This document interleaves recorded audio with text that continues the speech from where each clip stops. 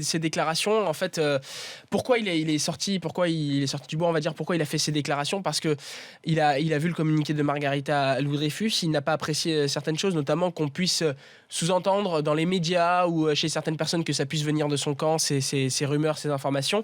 Donc lui, il a été très agacé par ces informations-là et il a senti le besoin de rappeler aux gens qu'il n'a toujours pas trouvé d'accord avec Margarita Louis-Dreyfus. On le disait dans l'after lundi. Mais il a l'oseille, il n'a pas l'oseille? Il a l'oseille, il a de l'argent. Il a l'oseille, d'accord, il est fait.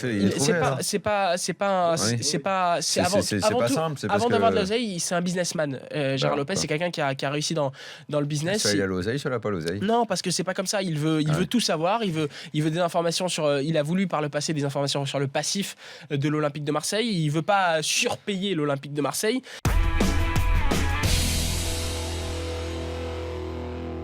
Non, mais est-ce que si Lopez a demandé à Bielsa de ne pas révéler ce qui est révélé maintenant, Bielsa aurait quand même téléphoné à Franck Passy, qui est quand même l'entraîneur. J'en suis sûr. Ça, c'est une certitude.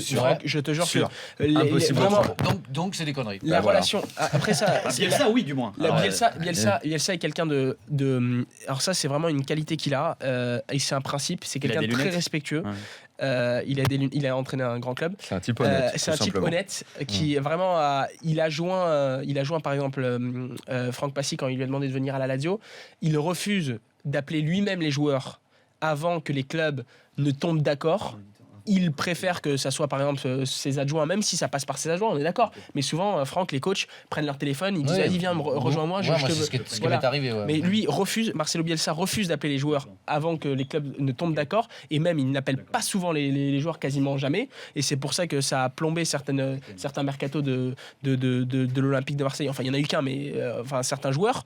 Et que c'est quelqu'un de très honnête. Et il a une relation vraiment pacifiée et vraiment une relation d'amitié avec Franck Passy.